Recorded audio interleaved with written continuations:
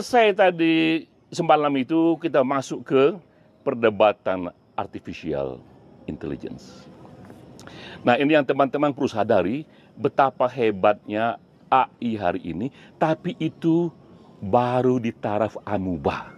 Jadi kalau ada evolusi organisme, itu amuba itu masih sederhana sekali, dan dari sana bisa berevolusi menjadi dinosaurus, dan ujungnya yang percaya menjadi manusia itu. Nah, AI sekarang ini masih di taraf amuba, tapi sudah sehebat itu, dan itu akan terus berkembang.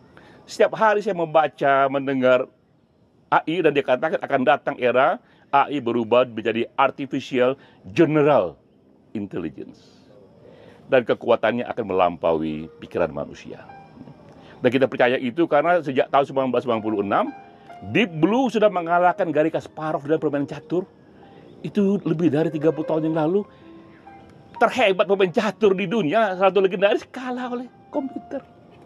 Sehingga orang bertanya, apakah pada waktu nanti penulis Nobel sastra dikalahkan oleh AI, penulis Nobel kedokteran dikalahkan oleh AI? Kita nggak pernah tahu, tapi yang kita tahu AI ini akan terus dia berkembang.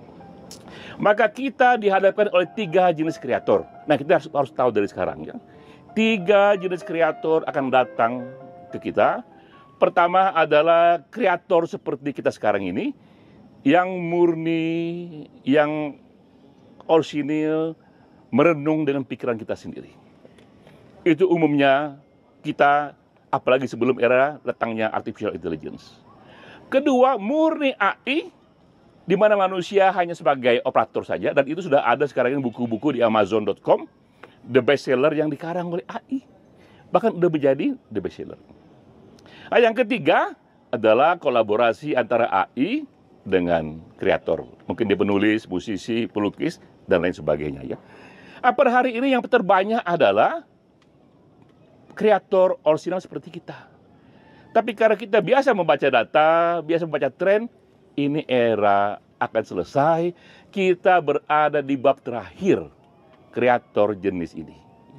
Dan nanti pelan-pelan akan banyak ada kreator yang berkolaborasi dengan artificial intelligence. Karena teknologi itu memberikan banyak hal. Dia bisa menghitung informasi yang jutaan itu dalam hitungan detik. Dia bisa berikan kepada kita referensi yang minta ampun hebatnya itu dalam hitungan detik. Nah, kita bisa memanfaatkan ini, dan saya sudah tuliskan tadi pagi itu, bahwa ini akan terjadi, kolaborasi ini adalah di mana AI memberikan draft kasarnya, tapi kita kerjakan personalisasi.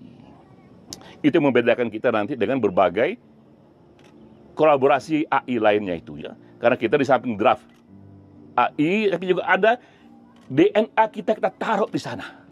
Nafas kita taruh di sana, pengalaman pribadi, perspektif pribadi kita taruh di sana, sehingga antara semua yang memakai AI tetap berbeda dia, karena ada diri kita di sana. Tapi jelaslah mereka yang tak pakai AI, jika dia itu nilainya 7, dengan AI jadi 9 dia. Ya. Yang tak pakai AI nilainya 4, dengan AI jadi 7 dia. Ya. Jadi bukan AI-nya yang benar-benar hebat, tapi penulis atau kreator yang bisa mendaya gunakan AI secara maksimal. Era itu akan datang, suka tidak suka dia akan sampai di sana. Kita berada di era artificial intelligence yang akan mengubah banyak sekali kerja kreativitas. Secara individual, seperti dikutip oleh Pak Wina dengan mengutip Sutarji, kita harus letakkan DNA kita kepada karya. Tapi generasi pun punya DNA-nya. Generasi kita hari ini beda dengan sebelumnya, kita ada di era artificial intelligence. Kita letakkan juga DNA generasi kita kepada dunia kita. Karena banyak sekali yang bisa diberikan oleh artificial intelligence. Karena itu juga akan lahir ini forum kreator di era AI. Tapi yang bergabung di sana tidak hanya penulis, tapi juga musisi, juga pembuat ilustrator, pembuat film. Kita jadikan satu dan bersama-sama kita di forum itu menyambut apa saja yang perlu kita ketahui mengenai AI, sisi etikanya, sisi optimalisasinya, dan aneka kemungkinan lainnya. Dan kita akan menjadi yang pertama di Indonesia yang secara serius merenungkan ini. Ya.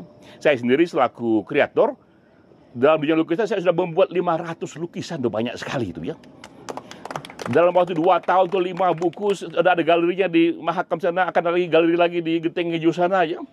Dan 10 dari lukisan itu sekarang akan dipajang di Galeri Nasional, tempat yang dianggap satu yang bergengsi ya, dalam satu festival toleransi menyambut Paus.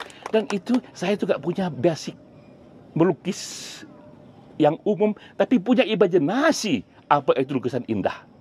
Datanglah AI membantunya itu ya. Nanti ada pertanyaan, lalu sahkah ini diklaim sebagai karya seorang pelukis, karya seorang penulis, karya seorang musisi? Itu perdebatan selanjutnya ya. Kalau kita lihat patung Liberty di Amerika itu ada yang dicap sebagai kreatornya. Tapi sang kreator pastilah tidak mengangkut besi untuk membuat patungnya, dia membuat cat untuk patung itu dikerjakan oleh tim. Tapi tetap sang kreator yang dianggap kreator dari patung Liberty itu, walaupun tim yang mengerjakannya. Tapi tim itu sekarang bernama Artificial Intelligence. Jadi sama itu ya. Yang penting penggagasnya itu mulai dengan kreasinya sendiri. AI datang sebagai asisten yang minta ampun hebatnya 24 jam. Dia bantu kita dan cepat sekali itu kerjanya itu ya. Jadi hari ini pun, di sini pun kita kembali tercenung oleh satu gagasan yang besar sekali. Bahwa sebagai generasi pun kita harus letakkan DNA kita kepada kerja-kerja kreator kita, dan itu adalah dunia artificial intelligence. Dan kita tahu juga terbatasnya jika kita hanya bertumpu hanya sebagai penulis saja ya. Ini antara dunia penulis, dunia kreator film, dunia video, dunia musik, dunia lukisan, itu bisa bergabung jadi satu nantinya itu. Karena kita melihat ini, yang satu di hati manusia yang tak pernah berubah adalah rasa sedih. Tapi bentuk sedih dari yang prasejarah sampai sekarang minta ampun berubahnya itu ya. Jadi kita pun juga fleksibel dengan perubahan zaman ya. Yang gak hilang di kita rasa seni itu, tapi bentuk-bentuknya itu adalah sejarah. Dan kita orang yang fleksibel, kita orang yang bisa beradaptasi, dan kita pun juga tidak terpatok pada gender apapun. Apapun yang kita anggap penting, bagus, kerjakan saja. Nah intinya adalah, kreativitas itu adalah individual, tapi forum seperti ini, komunitas seperti ini kita perlukan dalam rangka mempertajam kreativitas kita. Wassalamualaikum warahmatullahi wabarakatuh.